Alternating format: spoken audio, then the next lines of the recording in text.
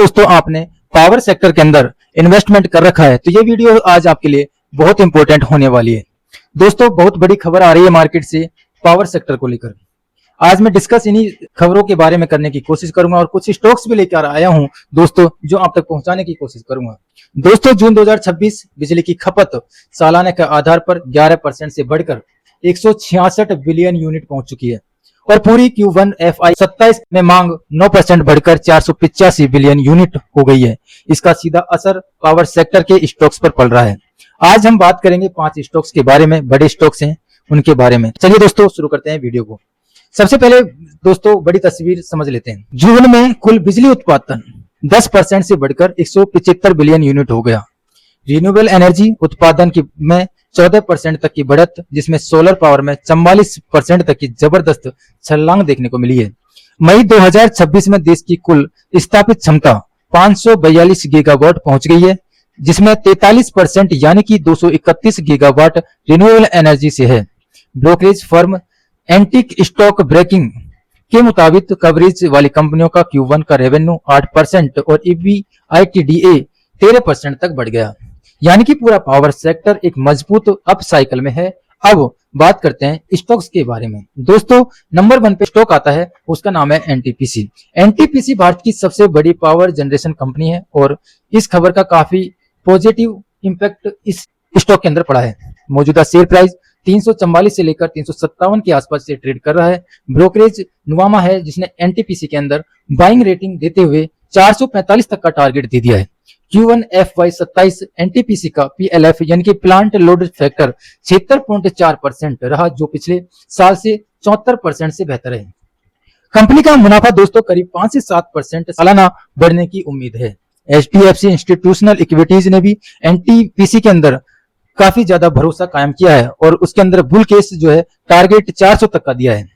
NTPC की board जून तिमाही के नतीजों पर जल्द फैसला लेगा तो निवेशकों की नजर इस पर बनी रहेगी और आने वाले टाइम में यह शेयर काफी ज्यादा प्रोग्रेस दिखा सकता है। तो दोस्तों अगला है पावर ग्रिड कॉर्पोरेशन।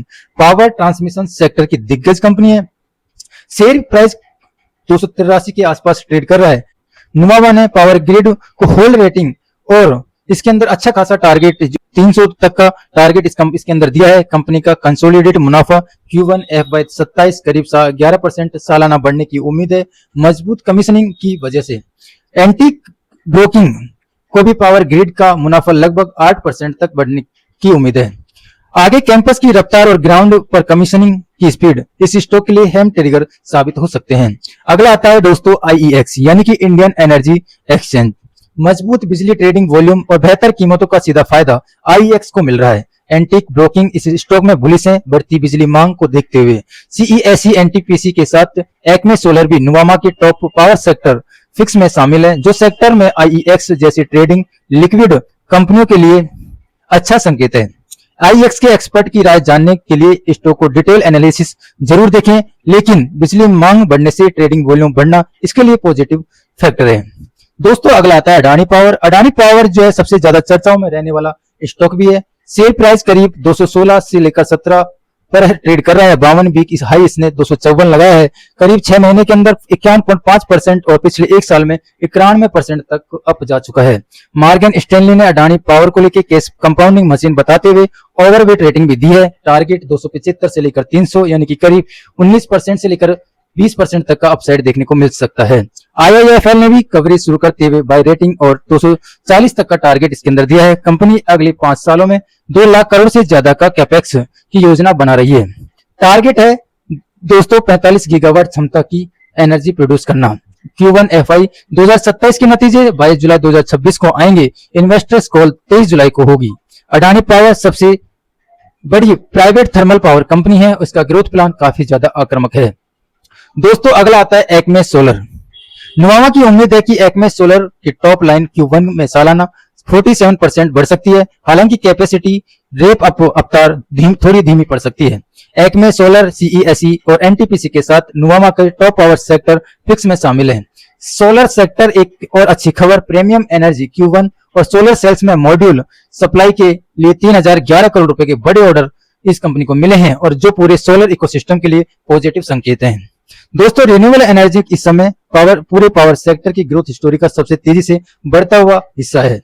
दोस्तों अगर इसे हम संक्षेप में समझने की कोशिश करें तो एनटीपीसी मजबूत पीएलएफ और 445 तक का टारगेट बाई रेटिंग है। इसके अंदर पावर ग्रिड स्थिर ग्रोथ कमीशनिंग पर नजर, आईईएक्स से बढ़ती बिजली मांग में ट्रेडिंग वॉल्यूम को फायदा, अडानी पावर, मॉर्गन स्टैनली और आईआईएफएल दोनों बुलिश से बढ़ा capex plan, Acme solar renewable growth story में सबसे आगे।